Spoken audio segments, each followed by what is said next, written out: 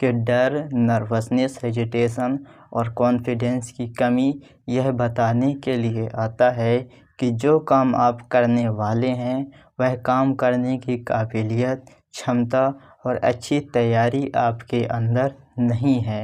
नमस्कार साथियों, मेरा नाम है कृष्णा और स्वागत करता हूं आपको अपने YouTube चैनल मोटिवेशनल एडवाइज में।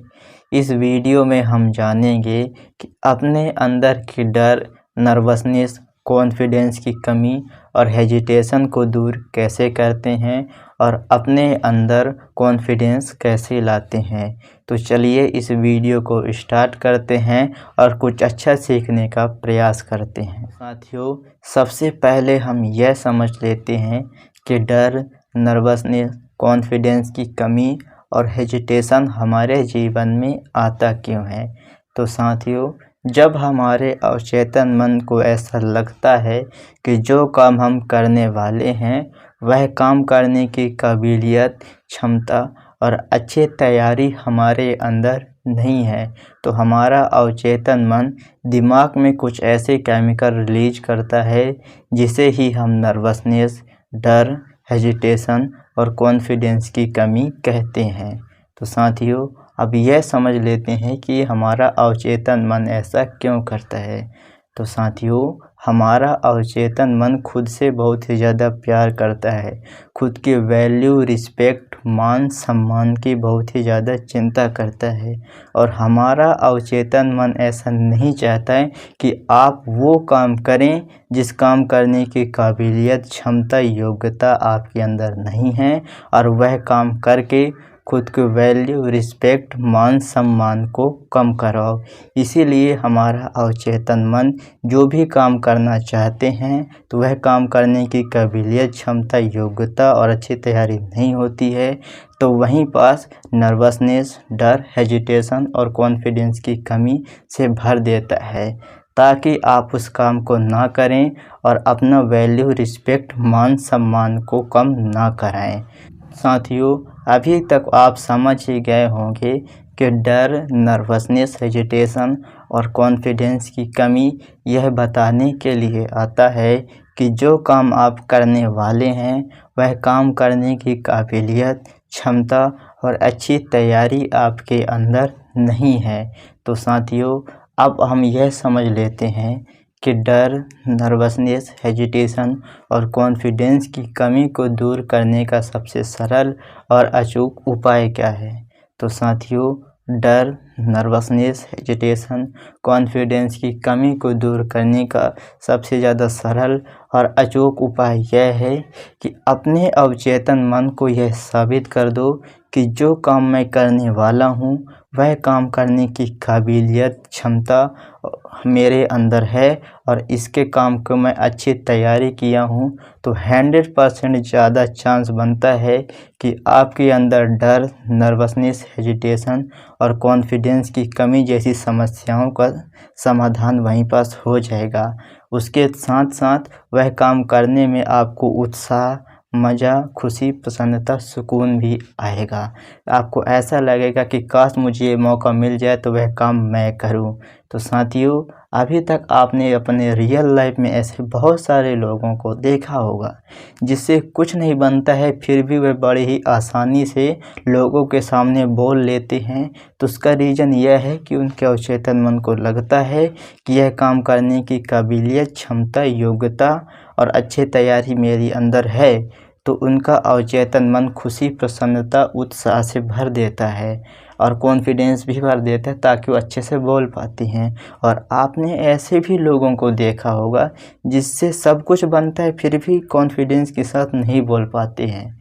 तो उसका रीज़न यह है कि उनके अवचेतन मन को लगता है कि जो मैं बोलने वाला हूँ उस बोलने की क्षमता, काबिलियत मेरे अंदर नहीं है और ना ही अच्छी तैयारी है, तो वहीं पास अवचेतन मन डर, नर्वसनेस, हेजिटेशन और कॉन्फिडेंस की कमी भर देता है, इसीलिए वह कुछ भी नहीं बोल पाता है।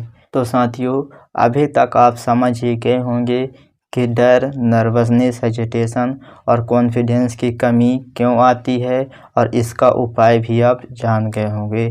तो चलिए हम कुछ रियल लाइफ एग्जांपल देखते हैं कि ऐसे समय पर हमको क्या करना चाहिए।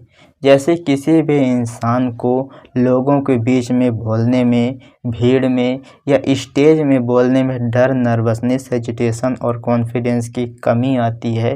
तो इसलिए आती है कि उसके अवचेतन मन को लगता है कि मैं नहीं बोल पाऊँगा, यह बोलने की क्षमता मेरे अंदर नहीं है और इसको बोलने की अच्छी तैयारी नहीं है, इसलिए आती है। तो इसका उपाय क्या है?